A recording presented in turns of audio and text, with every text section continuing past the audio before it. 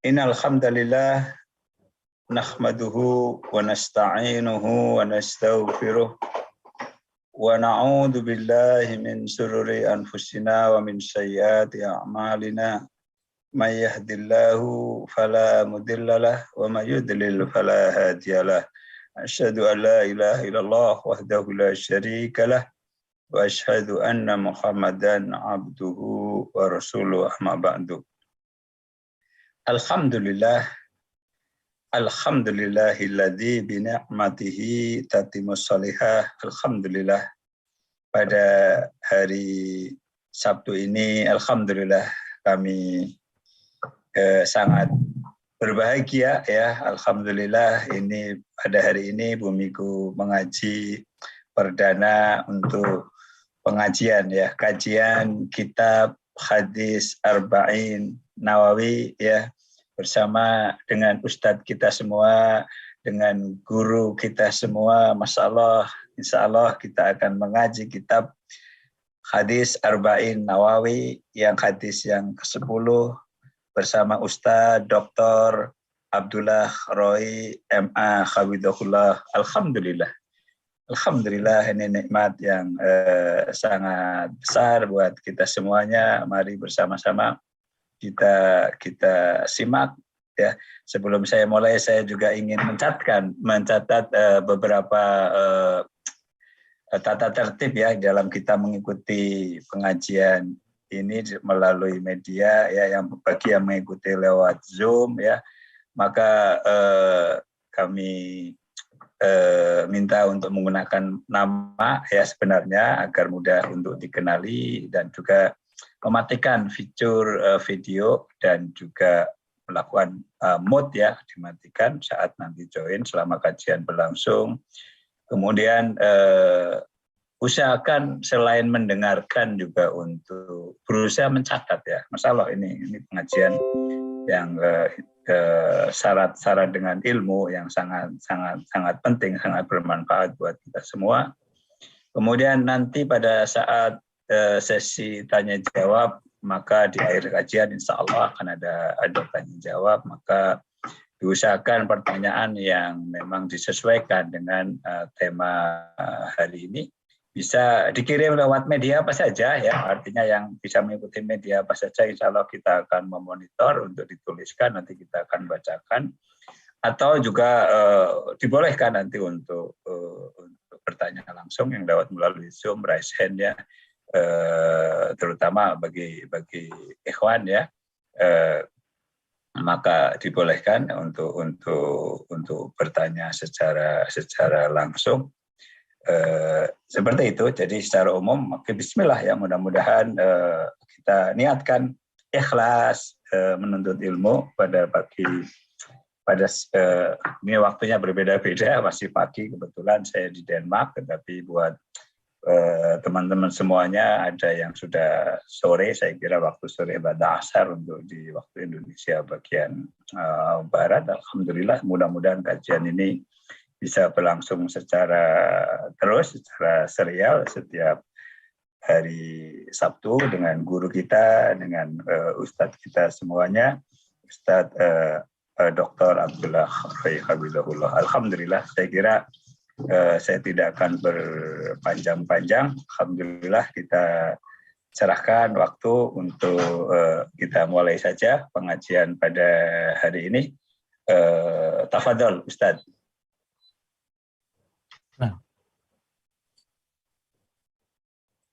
Bismillahirrahmanirrahim.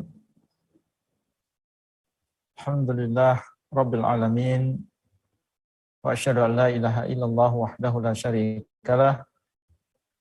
Wa asyhadu anna Muhammadan abduhu wa rasuluhu sallallahu alaihi wa ala alihi wa ashabihi wa tabi'ina lahum bi ihsanin ila yaumiddin wa sallama tasliman katsiran amma ba'd.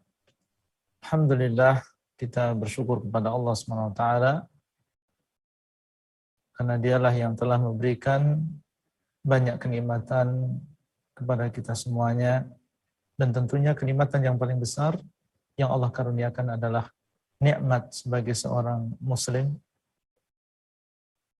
karena Islam ini adalah agama satu-satunya yang hak, yang menyampaikan seseorang kepada Allah dan kepada surganya.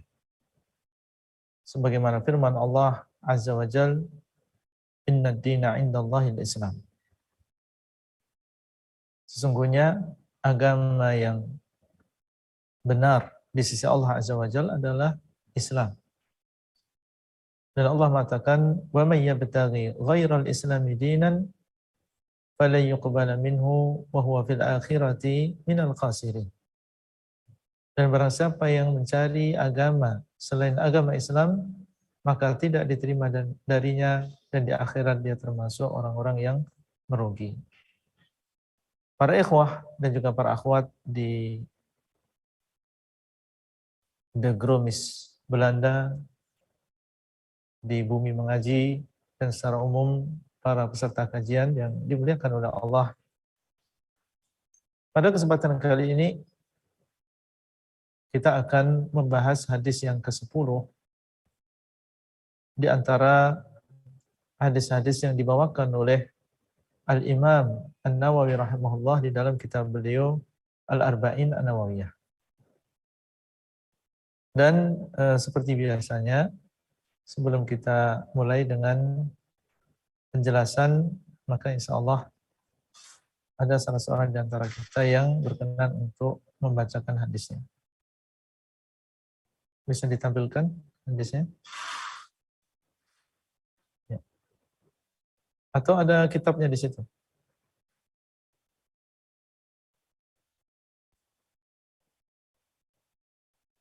Ya. Tonton.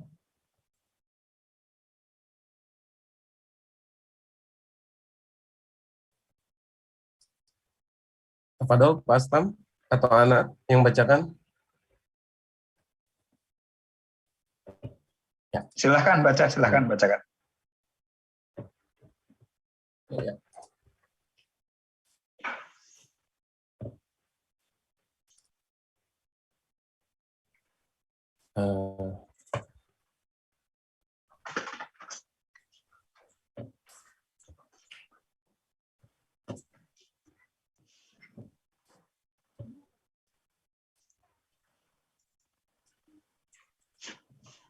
Ya.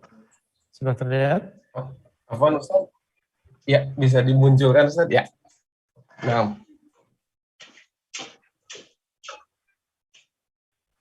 An-Nabi, bismillahirrahmanirrahim, Al-Hadithul Ashir.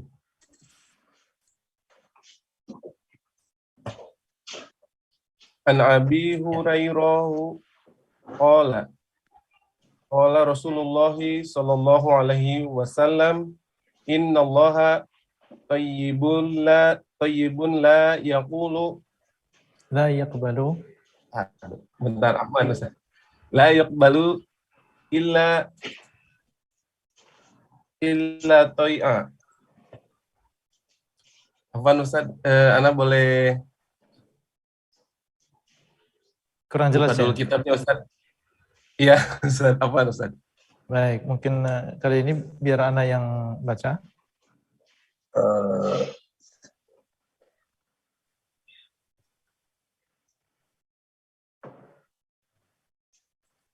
Ana yang baca. Ya, kalau kurang jelas biar Ana sendiri yang baca insya Allah.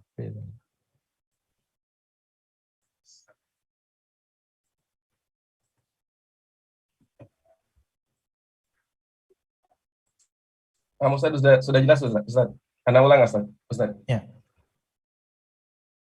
Al-Haditsul Ashir an Abi Hurairah radhiyallahu an qala Rasulullah sallallahu alaihi wasallam, innallaha tayyibun la yaqbalu illa tayyiban wa innallaha ta'ala amaral mu'minina bima amara bihil mursalin faqala ta'ala ya ayyuhar rusulu kulu minat tayyibati wa'malu sholiha wa qala ta'ala ya ayyuhalladzina amanu kulu min tayyibati ma razaqnakum Summa dzakara rajula yutilus safara ash'atha aghbara yamuddu yadayhi ila samaa'i ya rabbi wa mat'amuhu haramun wa mashrabuhu haramun wa malbasuhu haramun wa ghudhiya bil harami fa anna yustajabu lidzalik. Rawahul Muslim. Nah, berkata Al-Imam An-Nawawi rahimahullah, al-hadithu al-ashir. Hadis yang ke-10, yaitu di antara 42 hadis yang disebutkan oleh Al-Imam An-Nawawi rahimahullah di dalam Al-Arba'in An-Nawawiyah. Kemudian beliau mengatakan an Abi Hurairah qala Rasulullah sallallahu alaihi wasallam. Dari Abu Hurairah Abdurrahman bin Sakhrin, sahabat yang paling banyak hadisnya dari Nabi sallallahu alaihi wasallam, dan nama beliau adalah Abdurrahman, kunyahnya adalah Abu Hurairah. Beliau mengatakan, berkata Rasulullah sallallahu alaihi wasallam, "Innallaha thayyibun la yaqbalu illa thayyiban." Sesungguhnya Allah SWT adalah thayyib. Dan makna thayyib adalah yang maha baik. Dan ini menunjukkan bahwasanya di antara nama Allah yang husna adalah At-Thayyib. At-Thayyib ini adalah nama di antara nama-nama Allah yang disifati oleh Allah Azza wa Jalla sebagai nama-nama yang husna. Innallaha thayyibun. Sesungguhnya Allah itu adalah maha baik. Dan makna nama ini, karena seluruh nama Allah itu mengandung makna. Tidak ada di antara nama Allah yang tidak mengandung makna. Semuanya mengandung makna. Oleh karena itu, karena dia mengandung makna, sehingga disifati dengan al-husna, yang paling baik. Karena dia mengandung makna yang paling baik. Apa makna thayyib? Allah SWT adalah maha baik. Maksudnya adalah bahwasanya Allah SWT tersucikan dari seluruh kekurangan. Allah SWT adalah maha baik di dalam zatnya, di dalam nama-namanya, di dalam sifat-sifat Allah, semuanya adalah kebaikan. Tidak ada nama-nama Allah Azza wa Jalla yang tidak baik, semuanya adalah husna. Dan husna artinya adalah yang mencapai puncaknya di dalam kebaikan. Kalau Allah SWT memiliki nama Ar-Rahman yang mengandung sifat kasih sayang, maka Allah SWT memiliki kasih sayang yang paling puncaknya dan paling sempurna. Kalau di antara nama Allah adalah Al-Alim yang mengandung sifat ilmu, maka ilmu yang dimiliki oleh Allah Azza wa Jalla adalah ilmu yang paling sempurna, mencapai puncaknya. Maka Allah SWT dialah yang maha baik di dalam nama-namanya.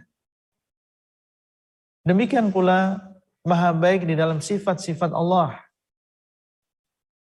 Tidak ada sifat-sifat Allah yang jelek. Walillahil mathalul a'la. Dan bagi Allah SWT sifat-sifat yang paling tinggi. Dialah yang maha pengampun, dialah yang maha penyayang, dialah yang maha penyantun. Kalau Allah SWT menyebutkan sebuah sifat, seperti misalnya sifat istiwa, atau sifat tangan, atau sifat wajah, maka semua sifat-sifat tadi adalah sifat-sifat yang baik. Tidak ada kekurangan sedikit pun. Berbeda dengan sifat yang dimiliki oleh makhluk. Yang sifat yang dia miliki, di sana ada kekurangan. Maka Allah SWT, dia adalah thayyib, dia adalah yang maha baik, termasuk di antaranya adalah sifat-sifat, di dalam sifat-sifatnya. Allah SWT maha baik dan tidak ada sifat yang jelek pada diri Allah Azza wa Jalla. Dan Allah SWT maha baik di dalam hukum-hukumnya, di dalam syariatnya. Ketika Allah SWT memerintah, ketika Allah SWT melarang, maka syariat tersebut, hukum-hukum tersebut adalah hukum-hukum yang paling baik. Tidak bisa dibandingkan dengan undang-undang dan hukum-hukum yang dikeluarkan oleh manusia, yang berasal dari akal mereka yang serba kekurangan. Kalau Allah SWT melarang, maka itulah yang terbaik bagi manusia. Kalau Allah SWT memerintahkan, maka itulah yang terbaik bagi manusia. Wa tammat kalimatu rabbika sidqan wa adla. Dan sempurna kalimat Allah Azza wa Jalla dari sisi kebenarannya dan juga dari sisi keadilannya. Sidqan fil akhbar wa adlan fil ahkam. Di dalam masalah berita-berita, maka mencapai puncak kebenarannya, dan di dalam masalah hukum-hukum maka mencapai puncak keadilannya. Itulah hukum Allah. Dari sini kita mengetahui makna nama Allah Azza wa Jalla At-Thayyib. Allah SWT adalah maha baik di dalam zatnya, di dalam namanya, di dalam sifatnya, di dalam hukum-hukumnya. Boleh seseorang memberi nama anaknya dengan Abdut Thayyib, hamba dari zat yang maha baik. Karena At-Thayyib di sini adalah termasuk nama di antara nama-nama Allah. Jadi kadang nama Allah, para ikhwah sekalian, kita mengetahui nama Allah dari hadis seperti ini misalnya. Karena Nabi SAW adalah orang yang paling mengenal Allah. Tidak ada di antara kita yang mengaku dia lebih mengenal tentang Allah daripada Nabi SAW. Orang yang paling dekat dengan Allah, yang paling mengenal Allah adalah Nabi kita Muhammad SAW. Allah mewahyukan kepada beliau sebagian dari nama-namanya. Kemudian Nabi SAW memberitahukan kepada kita. Terkadang Allah SWT memberitahukan kepada kita sebagian nama-namanya melalui kitabnya yang ada di dalam Al-Quranul Karim. Contohnya misalnya Ar-Rahman, Ar-Rahim, Al-Malik, Al-Quddus, As-Salam, Al-Mu'min, Al-Muhaimin. Kita dapatkan nama-nama tersebut di dalam Al-Quran. Jadi kadang kita mendapatkan nama Allah di dalam Al-Quran dan terkadang mendapatkan nama Allah di dalam hadis Nabi SAW. Apakah ada cara yang lain? Tidak ada. Nama Allah ini adalah tauqifiyah. Kita menerima jadi harus ada dasarnya, kita kembali kepada Al-Quran dan hadis. Makanya dalam hadis Nabi SAW berdoa kepada Allah, Allahumma inni as'aluka bi kulli ismin huwa lak sammaita bihi nafsak au anzaltahu fi kitabik au 'allamtahu ahadan min khalqik.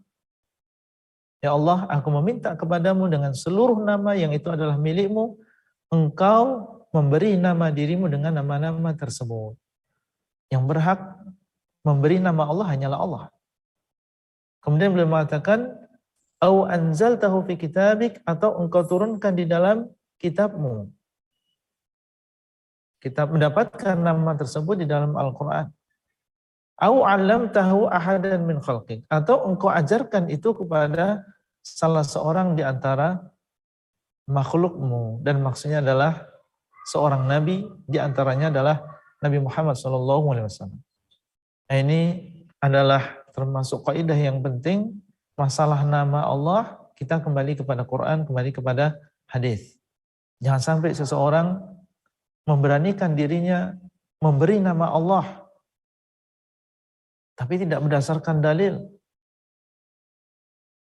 Seandainya seorang manusia dia memberi nama kita atau memberi nama anak kita padahal dia nggak ada hubungannya dengan diri kita, maka kita menganggap ini adalah sebuah ketidaksopanan.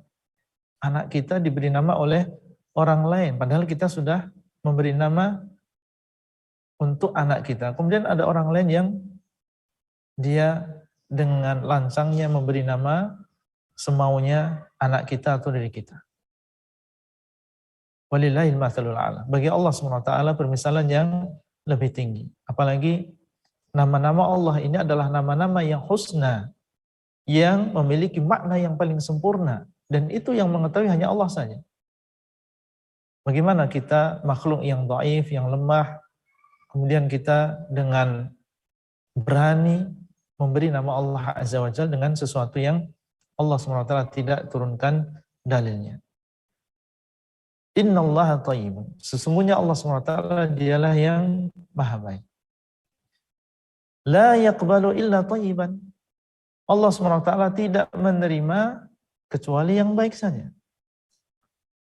Allah SWT dialah yang maha baik dan Allah tidak menerima kecuali yang baik-baik saja.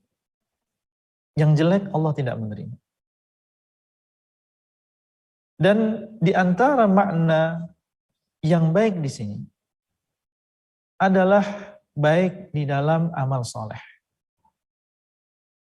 Allah dialah yang maha baik, at-thayyib, dan Allah tidak menerima kecuali yang baik. Di antaranya amalan. Allah tidak menerima kecuali amalan yang thayyib. Apa yang dimaksud dengan amalan yang thayyib? Amalan yang baik. Apakah amalan yang menurut kita itu adalah baik? Atau amalan yang menurut Allah Azza wa Jalla baik? Jawabannya tentunya adalah yang menurut Allah adalah baik. Kalau menurut manusia baik, maka kita ini macam-macam. Mungkin baik di mata si A, tapi belum tentu baik di mata si B. Mungkin baik bagi sebagian penduduk di negara tertentu, belum tentu baik di negara yang lain. Itu kalau kita kembali kepada akal masing-masing, adat istiadat masing-masing. Maka tentunya yang baik yang dimaksud di sini adalah amalan yang baik di sisi Allah, bukan amalan yang baik di sisi manusia. Nah, bagaimana amalan yang baik di sisi Allah? Amalan yang baik di sisi Allah adalah yang terpenuhi dua syarat. Baru dinamakan dengan amalan yang baik. Pertama, amalan yang baik adalah amalan yang dilakukan karena mengharap wajah Allah. Baru dia memiliki sifat amalan yang thayyib. Kalau seseorang mengamalkan amalan kok tidak ikhlas karena Allah, maka ini tidak baik berarti. Itu adalah amalan yang jelek meskipun zahirnya dia adalah amalan yang soleh. Tapi ketika diamalkan bukan karena Allah, dia menjadi amalan yang tidak baik. Allah tidak menerima yang demikian. Allah SWT mengatakan di dalam hadis qudsi, Ana aghna syuraka'i an syirk, man amila amalan asyraka fihi ma'i ghairi, taraktuhu wa syirkah. Aku adalah zat yang paling tidak butuh dengan sekutu. Barang siapa yang mengamalkan sebuah amalan, dia menyekutukan aku di dalam amalan tadi, mengharap Allah dan juga mengharap selain Allah, maka aku akan meninggalkan dia dan juga sekutunya. Akan meninggalkan, para ulama mengatakan maksudnya adalah tidak menerima amalan tersebut, ditinggalkan oleh Allah. Allah tidak butuh dengan amalan yang seperti itu. Allah maunya amalan yang thayyib, amalan yang ikhlas. Syarat yang kedua, supaya amalan tersebut menjadi amalan yang thayyib, yang diterima oleh Allah, amalan tersebut harus sesuai dengan yang dicontohkan oleh Nabi kita Muhammad SAW. Ikhlas, dan benar-benar ikhlas karena Allah. Tapi kalau tidak diambil ibadah tersebut dari Nabi SAW, maka itu di sisi Allah adalah amalan yang tidak baik, amalan yang jelek. Bahkan Nabi SAW mengatakan, wa syarrul umuri muhdatsatuha. Sejelek-jelek perkara adalah yang diada-adakan. Allah SWT tidak menerima amalan yang jelek tersebut. Allah menginginkan dari kita amalan yang thayyiban. Dan amal yang thayyib diantaranya adalah harus sesuai dengan contoh Rasulullah SAW. Nabi SAW mengatakan, man amila amalan laisa alaihi amruna fahuwa rad. Barang siapa yang mengamalkan sebuah amalan, tidak ada perintahnya dari kami, tidak ada contohnya dari kami, maka amalan tersebut adalah tertolak. Tertolak, tidak diterima oleh Allah dan tidak diberikan pahala oleh Allah Azza wa Jalla, karena itu adalah amalan yang tidak baik. La yaqbalu illa thayyiban. Allah tidak menerima kecuali amalan yang baik saja. Di antara makna yang baik di sini adalah infak yang baik. Allah tidak menerima kecuali yang baik. Maksudnya di antaranya adalah amalan yang baik, dan di antara maknanya adalah infak, sedekah yang baik. Apa yang dimaksud dengan infak dan sedekah yang baik? Infak dan sedekah yang baik adalah selain ikhlas sesuai dengan sunnah, yaitu digunakan sedekah tadi di dalam perkara yang memang di situ ada keridhaan Allah, maka di antara makna infak yang baik, infak tersebut berasal dari harta yang halal. Meskipun ikhlas, dan itu digunakan untuk misalnya pembangunan pesantren, atau untuk memberikan kepada orang-orang du'afa, orang-orang yang miskin. Tapi kalau harta tersebut bukan berasal dari harta yang halal, harta yang thayyib, maka Allah SWT tidak akan menerima. Dalam sebuah hadis Nabi SAW mengatakan, la yaqbalullahu salatan bighairi tahurin wala sadaqatan min ghulul. Allah SWT tidak menerima salat tanpa bersuci. Meskipun salatnya khusyuk, ikhlas, sesuai dengan sunnah, tapi kalau tidak bersuci ya tidak akan diterima oleh Allah. Wala sadaqatan min ghulul, dan Allah tidak menerima sebuah sedekah yang berasal dari ghulul. Ghulul ini adalah harta yang didapatkan bukan dengan cara yang halal. Entah itu curang, entah itu riba, entah itu menipu, entah itu hasil dari suap misalnya, atau hasil dari mencuri. Itu semuanya masuk dalam kalimat ghulul. Ghulul asalnya adalah harta yang dicuri dari rampasan perang, itu asalnya. Tapi kemudian dipakai untuk seluruh harta yang didapatkan dengan cara yang batil.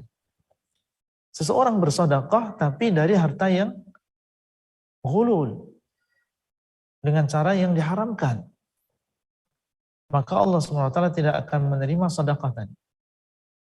Kembali ke kaidah la yaqbalu illa thayyiban. Allah tidak menerima kecuali yang baik. Dan Allah SWT mengatakan, ya ayyuhalladzina amanu kulu min thayyibati ma kasabtum. Anfiqu min thayyibati ma kasabtum. Wahai orang-orang yang beriman, hendaklah kalian meninfakkan dari rezeki yang baik yang kalian usahakan. Anfiqu, hendaklah kalian menginfakkan min thayyibati ma kasabtum, dari sebagian harta yang kalian dapatkan, dan itu adalah harta yang thayyib. Wala tayammamul khabith wa mimma akhrajna lakum minal ardh. Dan dari apa yang kami keluarkan untuk kalian dari bumi ini. Wala tayammamul khabitha minhu tunfiqun walastum biakhidhihi illa an tughmidu fihi. Dan janganlah kalian sengaja mencari harta kalian yang jelek kemudian kalian infakkan sementara kalian sendiri tidak mau mengambil harta tersebut. Wa'lamu annallaha ghaniyyun hamid, dan ketahuilah bahwasanya Allah SWT dialah yang maha kaya dan dialah yang maha terpuji. Allah tidak butuh dengan infak-infak yang jelek yang datang dari perbuatan yang diambil dengan cara yang tidak halal. Allah SWT maha kaya. Innallaha thayyibun la yaqbalu illa thayyiban. Allah tidak menerima kecuali yang baik-baik saja. Nah, ini menunjukkan kepada kita para ikhwah sekalian dan juga para akhwat, bapak ibu sekalian dimanapun antum berada, pentingnya seseorang memperhatikan masalah ini. Allah itu maha baik. Maka kita ketika beramal soleh, berusaha seorang muslim dan juga muslimah untuk memperbaiki amalannya. Jangan dia sembarang dalam beramal. Yang penting ikhlas. Yang penting sudah melakukan, yang penting sudah melaksanakan kewajiban. Perbaiki amalan kita, perbaiki keikhlasan kita, dan juga sesuai tidaknya kita dengan sunnah Nabi SAW. Demikian pula kalau kita ingin berinfak, berinfaklah. Dan itu adalah baik, berinfaklah dari apa yang halal. Yang Allah SWT telah rezekikan kepada kita. Karena Allah SWT tidak menerima kecuali dari harta yang halal tersebut. Kemudian setelahnya beliau mengatakan sallallahu alaihi wasallam, innallaha ta'ala amara al-mu'minina bima amara bihil mursalin. Dan sesungguhnya Allah Azza wa Jalla telah memerintahkan orang-orang yang beriman dengan apa-apa yang Allah memerintahkan dengannya para rasul. Yaitu di dalam Al-Quran Allah SWT telah memerintahkan orang-orang beriman dengan sesuatu yang Allah SWT juga memerintahkan para rasul dengan sesuatu tersebut. Jadi dua-duanya, baik utusannya maupun umat yang diutus, dua-duanya mereka semuanya diperintahkan dengan perintah yang satu ini. Ini menunjukkan tentang pentingnya dan utamanya perintah yang satu ini. Para rasul diperintahkan dengan perintah tersebut, dan orang-orang yang beriman kepada para rasul tersebut juga diperintahkan untuk dengan perintah tersebut. Ini maksud ucapan beliau. Dan beliau mengucapkannya demikian ingin menunjukkan kepada kita bahwasanya perintah ini adalah perintah yang agung. Semuanya diperintah, baik rasulnya maupun umatnya. Apa yang dimaksud? Kemudian beliau mendatangkan dua ayat. Ayat yang pertama, isinya adalah perintah kepada para rasul. Ayat yang kedua adalah perintah untuk orang-orang yang beriman. Faqala ta'ala, maka Allah SWT berfirman, Ya ayyuhar rusulu, wahai para rasul. Ini bukan hanya Nabi Muhammad SAW saja. Nabi-nabi yang sebelumnya semuanya mereka diajak bicara oleh Allah Azza wa Jalla, diperintahkan oleh Allah di dalam perintah ini. Ya ayyuhar rusul, wahai para rasul, wahai para utusan. Kulu minat thayyibati wa'malu salihah. Hendaklah kalian makan dari apa-apa yang baik. Makanlah dari apa-apa yang baik. Dan di antara makna yang baik adalah yang halal. Allah SWT memerintahkan para rasul, kalau mereka makan, maka makanlah dari makanan yang baik. Allah SWT telah menciptakan untuk kita semuanya makanan-makanan yang baik. Alhamdulillah. Kalau kita hitung dan kita sebutkan satu persatu, makanan yang baik, yang termasuk thayyibat, ini jauh lebih banyak daripada makanan-makanan yang khabith, makanan-makanan yang jelek, makanan-makanan yang haram. Dan makanan-makanan yang baik tersebut luar biasa lezatnya, luar biasa manfaatnya untuk tubuh. Maka ini semua adalah karunia dari Allah Azza wa Jalla. Kalau kita makan, kalau kalian makan, maka makanlah dari apa-apa yang thayyibat. Makanan-makanan yang baik. Dan di antara makna makanan yang baik adalah makanan yang halal. Karena makanan yang haram, ini adalah makanan yang tidak baik. Makanan yang haram, ada dua makna. Haram dari sisi zatnya. Memang dia adalah haram zatnya. Seperti misalnya bangkai. Bangkai itu zatnya yang memang haram. Mau didapatkan dengan mencuri atau dibeli, ya tetap haram. Karena dia memang zatnya adalah haram. Darah, daging babi, daging anjing, memang zatnya adalah yang haram. Mau dibeli atau dicuri ya sama saja, dia adalah haram.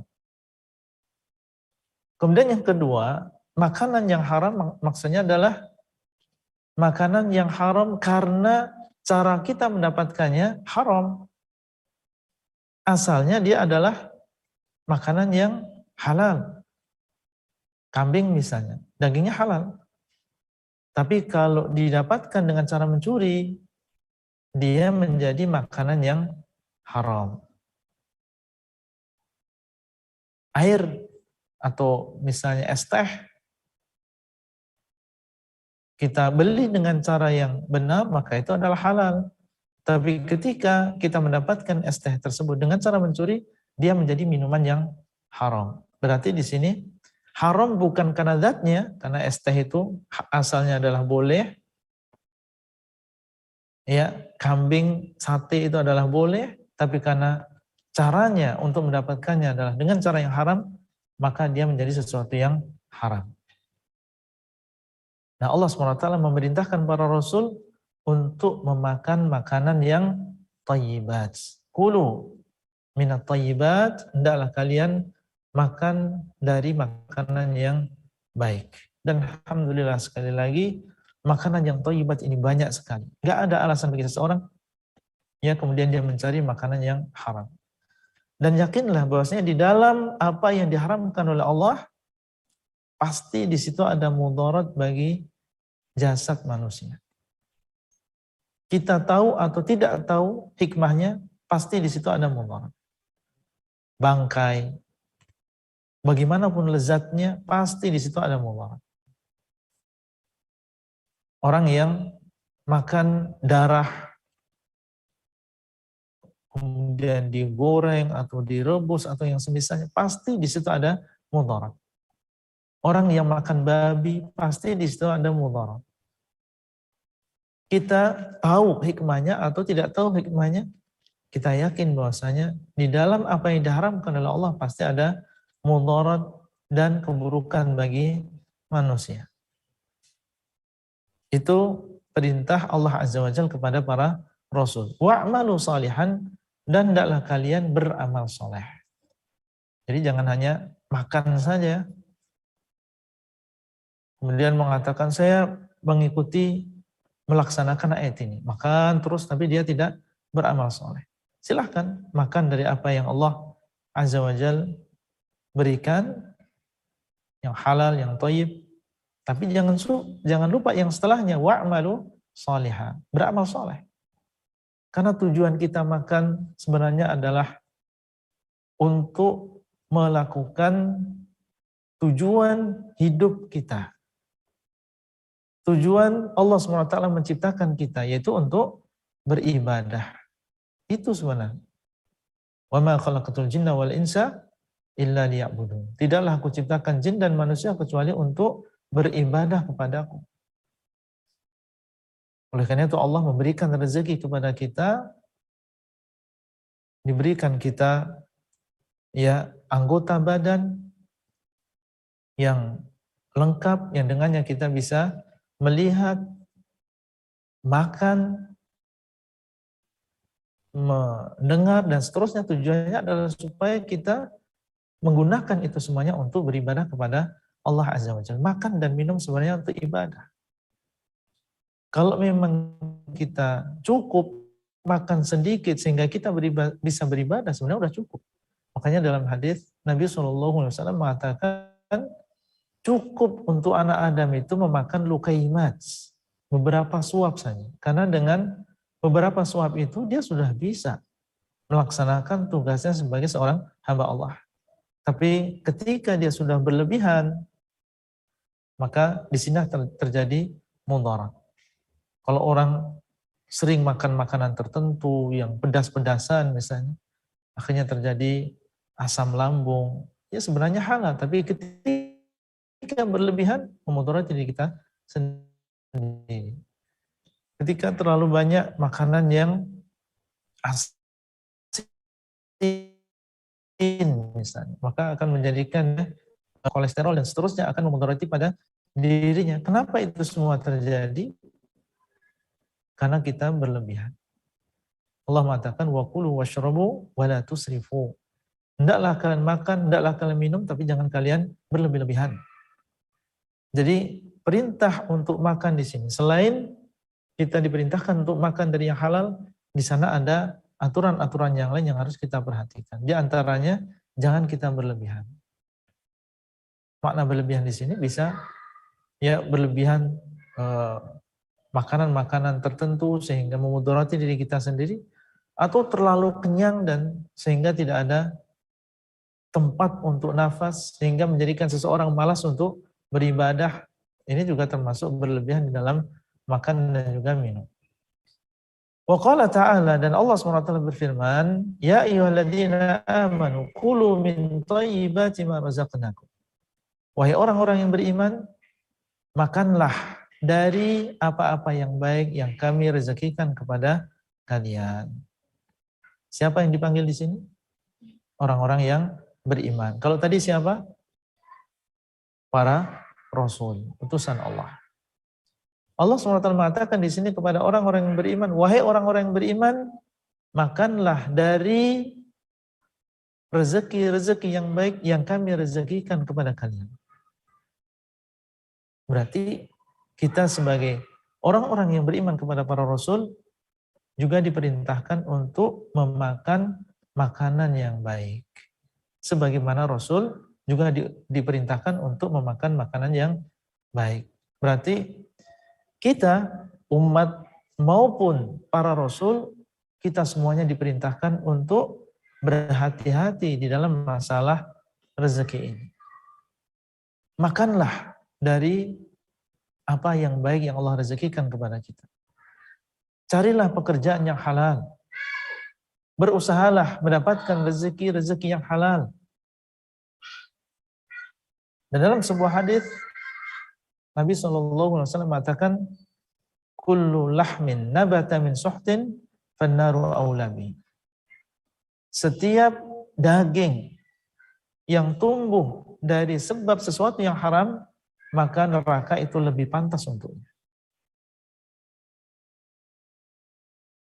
Seorang gembira dengan rezeki yang banyak, tapi didapatkan dengan cara yang haram. Dari suap, dari curang, kemudian dia beli makanan untuk dia.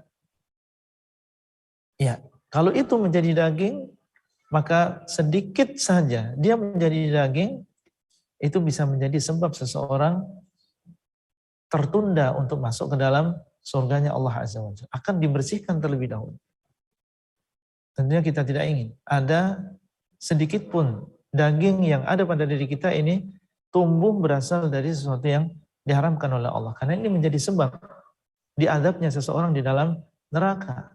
Fannaru aula bihi. Neraka itu lebih pantas untuknya. Tidak akan masuk ke dalam surga kecuali thayyibun. orang-orang yang baik, baik amalannya, baik dagingnya.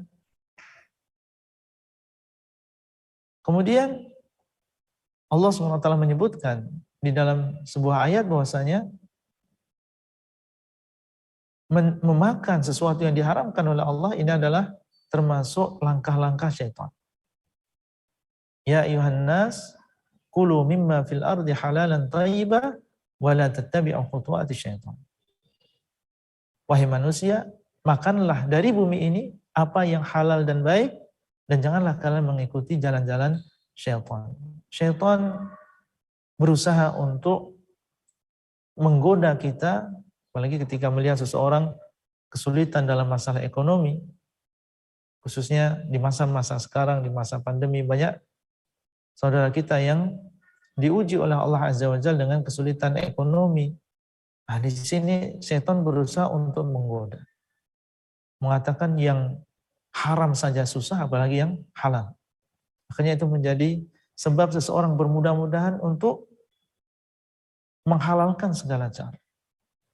Bahkan ketika dia bermuamalah dengan saudaranya, padahal sesama muwahhidin, sesama ahlu sunnah, tapi subhanallah ada di antara mereka yang tidak takut kepada Allah Azza wa Jalla, curang, menipu, dan tentunya ini adalah perkara yang besar.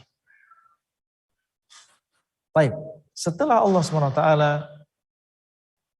menyebutkan, atau Nabi SAW menyebutkan dua ayat yang isinya adalah perintah bagi para rasul dan orang-orang yang beriman untuk memakan makanan yang halal, maka Nabi SAW menyebutkan adanya sebagian orang yang dia menyimpang dari perintah ini. Allah sudah menyampaikan ini adalah perintah untuk para rasul dan ini adalah perintah untuk orang-orang yang beriman, makanlah makanan yang baik. Ada sebagian orang yang tidak memperdulikan perintah ini. Tsumma dzakara rajulan. Kemudian Nabi SAW menyebutkan adanya seseorang. Ya, seseorang di sini bisa laki-laki, bisa wanita. Ini hanya sekedar contoh. Yutilus safara. Orang ini dia panjang safarnya.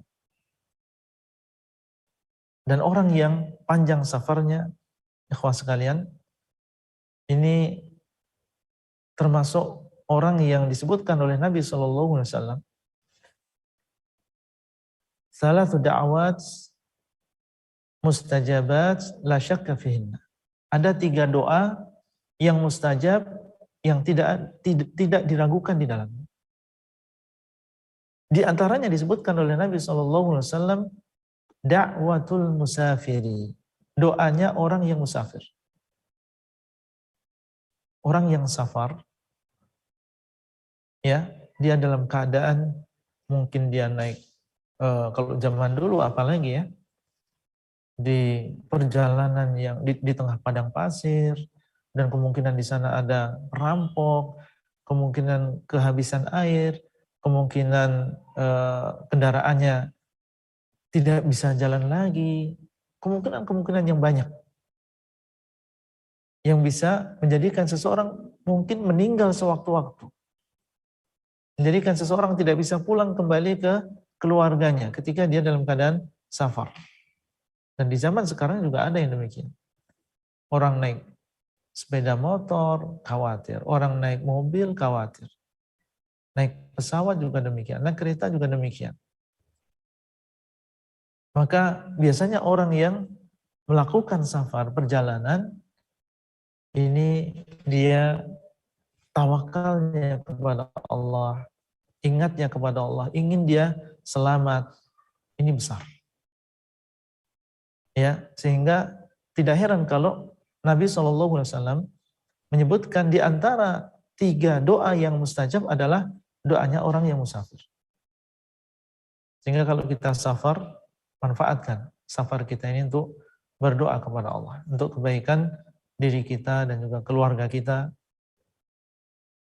Karena ini adalah doa yang mustajab yang dikatakan oleh Nabi la syakka fihinna, tidak ada keraguan di dalamnya bahwasanya itu adalah mustajab. Baik. Apalagi di sini safarnya itu adalah safar yang panjang. Bukan hanya sehari, 2 hari, tapi ini adalah safar yang panjang. Seminggu misalnya di perjalanan. Kalau dahulu dari Madinah ke Mekah butuh waktu seminggu. Pulang lagi seminggu, 2 minggu. Ya, untuk melakukan perjalanan. Dari Madinah ke Syam dulu butuh waktu 1 bulan. Ya, naik unta dalam waktu 1 bulan. Ya, yutilus safar. Dia panjang safarnya. Kemudian asy'atha aghbara. Dalam keadaan safar, dan safarnya adalah safar yang panjang, dan safar semakin panjang semakin kuat tawakalnya kepada Allah, permohonannya kepada Allah. Dalam keadaan dia asy'atha aghbara. Asy'ath artinya adalah kusut rambutnya. Aghbara dalam keadaan banyak debunya. Tangannya, kakinya, kalau dilihat banyak debunya. Rambutnya dalam keadaan kusut, sudah lama tidak disisir. Dan orang yang demikian maksudnya adalah dia tidak terlalu perhatian dengan dunianya. Yang dia ingat adalah akhiratnya, yang dia ingat adalah Allah Azza wa Jalla. Sampai rambutnya dia nggak terlalu perhatian. Berbeda ketika dia dalam keadaan mukim, dia perhatian dengan rambutnya, dia perhatian dengan kebersihannya. Tapi seseorang dalam keadaan safar tersebut yang dia ingat adalah Allah Azza wa Jalla. Yang dia ingat adalah akhiratnya. Maka dia dalam keadaan safar, dalam keadaan dia khusyuk, ingat kepada Allah, ingat kepada akhiratnya, dan kurang perhatiannya dengan masalah dunia. Maka ini sebab yang kedua. Yamuddu yadayhi ila sama, dan dia dalam keadaan mengangkat kedua tangannya ke atas. Dan ini ayyuhal ikhwah, ini adalah termasuk adab berdoa. Dan di antara sebab dikabulkannya doa seseorang ketika kita berdoa mengangkat kedua tangan. Ada yang mengatakan ya setinggi dada atau lebih atas daripada dada. Ini menunjukkan tentang kesungguhan kita di dalam permohonan kita kepada Allah. Bahkan disebutkan dalam hadis terkadang Nabi SAW dahulu mengangkat sampai tinggi.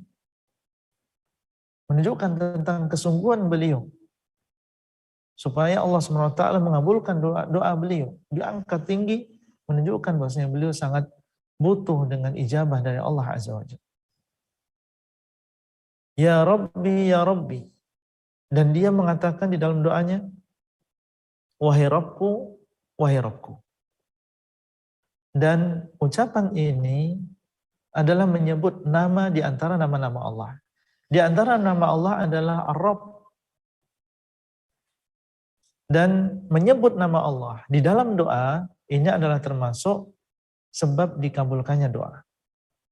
Karena nama Allah itu adalah pujian. Seluruh nama Allah itu adalah pujian. Nah, seseorang sebelum meminta kepada Allah, disunahkan untuk memuji Allah. Bagaimana cara memuji Allah? Dengan menyebutkan namanya. Ya Rabbi, wahai Rabbku. Seseorang mengatakan, ketika dia mengatakan wahai Rabbku, berarti dia memuji Allah. Bahwasanya Allah dialah Rabb dia. Dialah yang telah menciptakan. Dialah yang telah memberikan rezeki. Dialah yang telah mengatur alam semesta ini. Dia memuji Allah dengan rububiyah Allah. Ditambah lagi, di sini bukan hanya mengatakan sekali, Ya Rabbi. Diulang-ulang sama dia. Ya Rabbi, Ya Rabbi. Banyak doa-doa di dalam Al-Quran diawali dengan Rabbi. Rabbi ja'alni muqimas salati wa min dzurriyyati. Rabbana wa taqabbal du'a. Rabbana hab lana min azwajina wa dzurriyyatina qurrata a'yun waj'alna lil muttaqina imama. Banyak doa-doa diawali dengan Rabbana atau Rabbi, karena di situ kita bertawassul dengan menyebutkan nama Allah. Dan ini adalah sebab dikabulkannya doa. Taib. Safar. Dan safarnya panjang. Dalam keadaan dia tidak memperhatikan dunianya. Dalam keadaan dia mengangkat kedua tangannya, dalam keadaan dia menyebutkan nama Allah, dalam keadaan dia mengulang-ulang nama Allah tersebut, mengulang-ulang doanya. Harusnya apa? Harusnya orang tersebut dikabulkan doanya. Beberapa sebab dikabulkannya doa berkumpul jadi satu. Harusnya dikabulkan doanya. Tapi ada satu sebab, dan ini adalah sebab yang besar yang menghalangi dan menjadikan doa tersebut jauh untuk dikabulkan oleh Allah Azza wa Jalla. Apa sebab tersebut? Beliau mengatakan wa mat'amuhu haramun wa mashrabuhu haramun wa malbasuhu haramun wa ghudhiya bil haram. Dan makanannya adalah makanan yang haram. Baik makanan yang haram karena zatnya tadi, makan babi misalnya, atau makan bangkai, atau haram karena usahanya. Wa mashrabuhu haram, dan minumannya yang diminum juga haram. Baik minuman yang haram karena zatnya seperti minum minuman keras, atau minuman yang haram karena usahanya, minuman yang dibeli dari harta yang haram. Wa malbasu haram, demikian pula pakaiannya adalah pakaian yang haram. Baik pakaian yang haram karena zatnya seperti seseorang memakai, laki-laki memakai baju sutra, atau laki-laki dia memakai cincin dari emas, atau itu adalah pakaian yang haram karena hasil usaha yang haram. Wa ghudhiya bil haram, dan dia diberikan sesuatu yang haram. Ada yang mengatakan maksudnya adalah kalau tadi makanan dan minuman yang haram maksudnya adalah yang pokok. Tapi kalau ghudhiya bil haram, ini adalah makanan dan minuman yang tambahan, bukan makanan dan minuman yang pokok. Jadi makanan dan minuman yang pokok haram, tambahannya juga haram. Dan ada yang mengatakan makna dari wa ghudhiya bil haram di sini adalah dia diberikan oleh orang lain makanan atau minuman yang haram. Kalau tadi yang pertama, usaha dia sendiri haram. Adapun wa ghudhiya bil haram, diberikan oleh orang lain sesuatu yang haram. Nah ini berarti keadaan orang tersebut sangat parah, tidak memperhatikan tentang rezeki yang sampai kepadanya. Dia termasuk orang yang cuek di dalam masalah rezeki tersebut, makan yang haram, minum yang haram, memakai pakaian yang haram, diberi oleh orang lain sesuatu yang haram pun dia terima. Apa kata Nabi SAW setelahnya? Fa'anna yustajabu lidzalik. Maka bagaimana orang yang demikian akan dikabulkan? Bagaimana orang yang demikian akan dikabulkan? Dan ucapan Nabi SAW, bagaimana orang yang demikian akan dikabulkan, menunjukkan tentang jauhnya orang tersebut dari dikabulkannya doa. Seluruh sebab terkumpul dalam dirinya, dan itu adalah sebab-sebab yang besar, tapi kalau yang satu ini tidak dia perhatikan, maka sangat jauh dikabulkannya doa orang tersebut. Ucapan Nabi, fa'anna yustajabu lidzalik, sangat jauh menunjukkan mungkin saja terkadang dikabulkan doanya, mungkin. Tapi itu adalah sangat jauh. Beliau tidak mengatakan tidak mungkin kabulnya, tidak mungkin doanya dikabulkan. Beliau tidak mengatakan demikian, tapi beliau mengatakan sangat jauh dari dikabulkannya doa, menunjukkan mungkin saja dia dikabulkan doanya, tapi asalnya ini adalah sesuatu yang sangat jauh. Ini menunjukkan betapa ruginya orang yang mereka makan dari yang haram, minum dari yang haram, rezeki yang haram. Ketika dia berdoa tidak dikabulkan oleh Allah atau sangat sulit dikabulkan oleh Allah. Kita sebagai manusia yang lemah, banyak membutuhkan dan sangat membutuhkan, bahkan Tidak mungkin kita hidup tanpa bantuan dari Allah Azza wa Jalla. Ketika kita mendidik anak, ketika kita bekerja, ketika kita berusaha, ketika kita berdakwah, dalam seluruh aktivitas kita, kita sangat memerlukan bantuan dan juga pertolongan dari Allah. Nah, kalau Allah SWT tidak mengabulkan doa seseorang,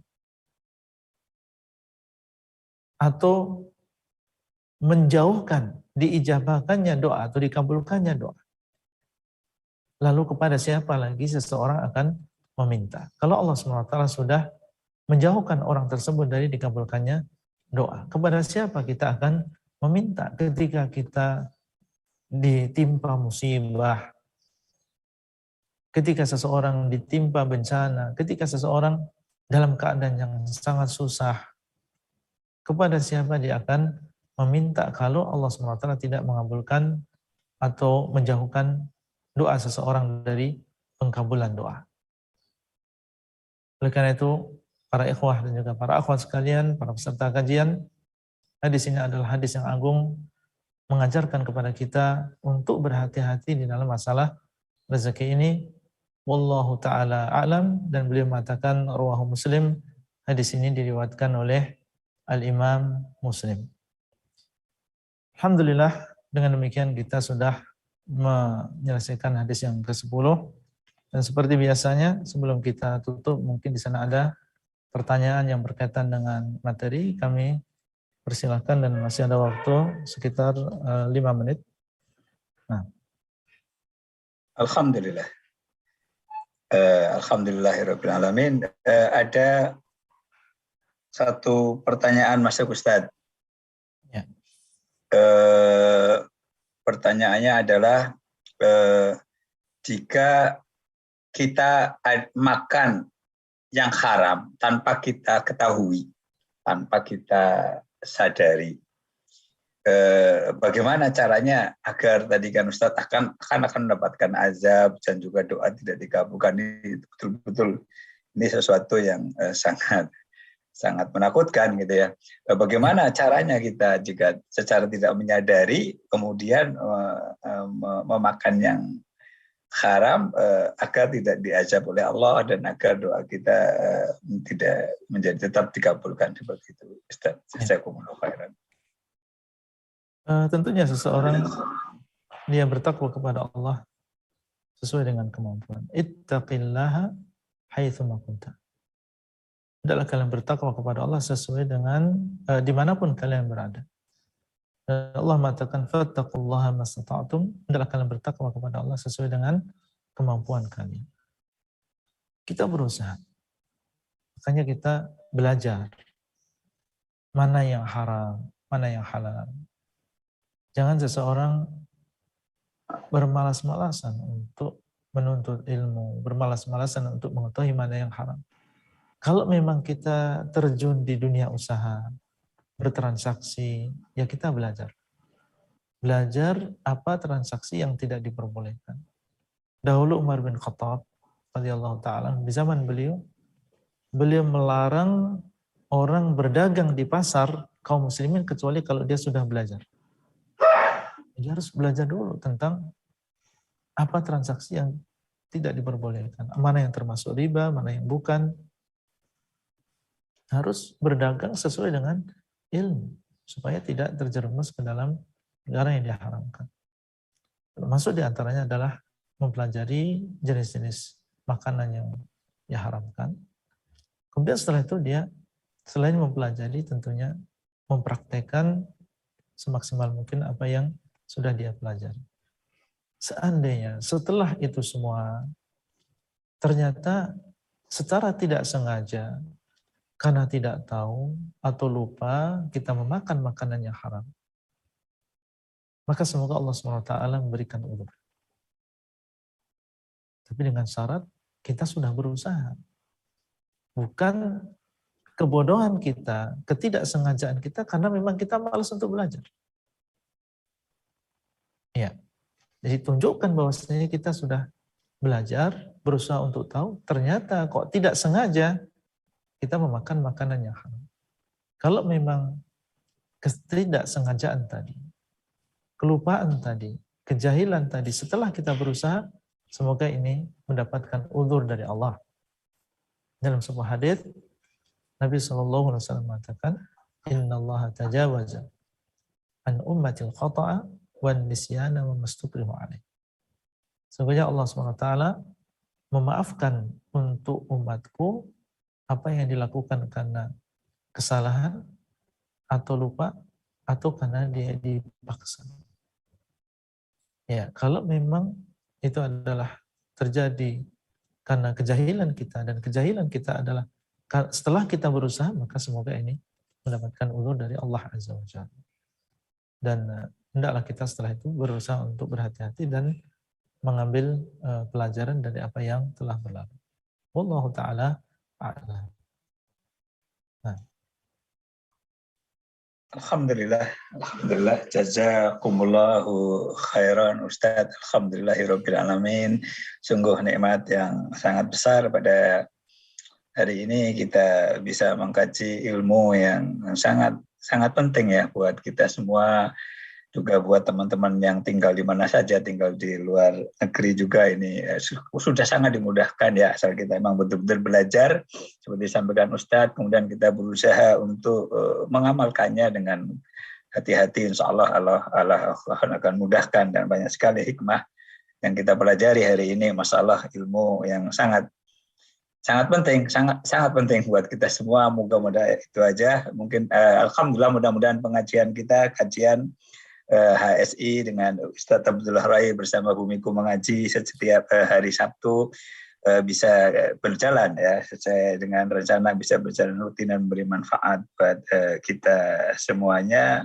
Dan sebagai panitia moderator kami memohon maaf ya, kajian pertama bersama Ustadz banyak hal-hal yang mungkin tidak sepenuhnya siap. Di kami ada beberapa kekurangan, insya Allah kami akan berusaha memperbaiki dan mohon diberikan masukan kepada kami. Insya Allah mudah-mudahan ini barokah, Allah menjaga ini sesuatu yang kebaikan yang mudah-mudahan menjadi ikhlas dan seperti disampaikan tadi, dan memberikan kebaikan buat kita semuanya. Saya kira kita tutup saja pengajian pada hari ini dan kita sama-sama membaca doa kafaratul majlis.